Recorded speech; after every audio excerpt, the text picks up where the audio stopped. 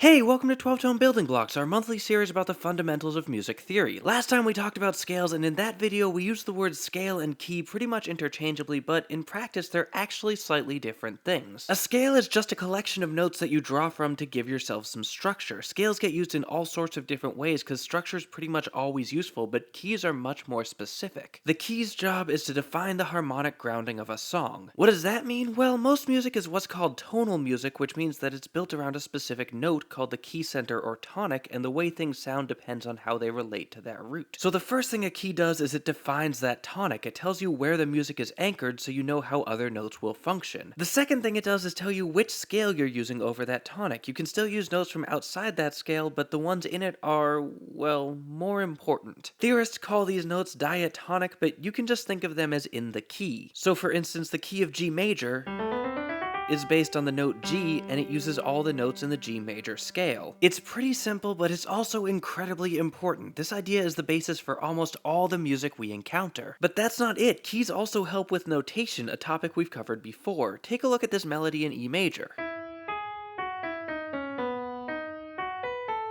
Yikes, look at all those sharps. They're everywhere. The key of E major contains a lot of sharp notes, which means writing music in it tends to get cluttered with unnecessary accidentals. Take this F sharp for instance. In practice, it's pretty unlikely we'll ever play an F natural in this key, so wouldn't it be nice if we had some way to just tell people that all the Fs were sharp? Well, that's where key signatures come in. To make a key signature, you just take each accidental from the key and write it once at the beginning of the line. So E major with its 4 sharps would have a key signature like this, while A flat major with 4 flats would look like this. Now you don't have to worry about writing them every single time. Your musicians will just already know how to modify it. It takes a while to memorize which key signature is which though, which brings us to one of the most famous memory aids in all of music, the circle of fifths. This is built off 2 basic ideas. First, the key signature of C major has no sharps or flats in it. It's completely empty.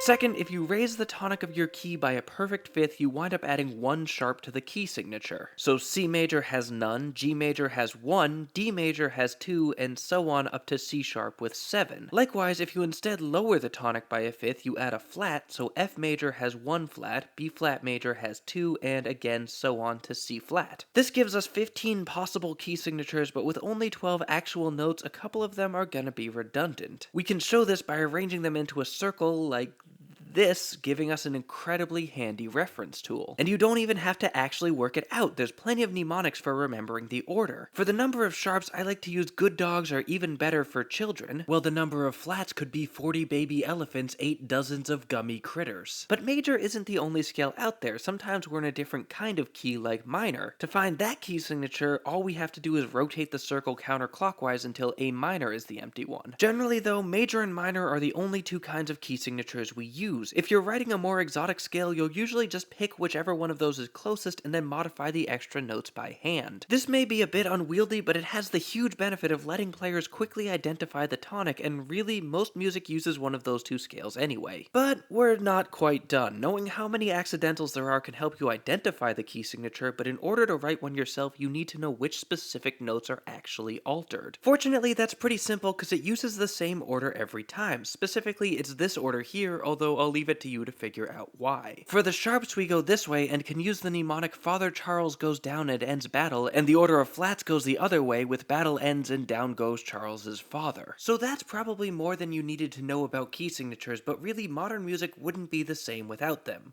Or at least it'd look a whole lot messier. Anyway, thanks for watching. Building Blocks was made possible thanks to our patrons on Patreon, so if you want to see more stuff like this, please consider supporting. You can also join our mailing list for scans of all our episodes, like, share, comment, subscribe, and keep on rockin'.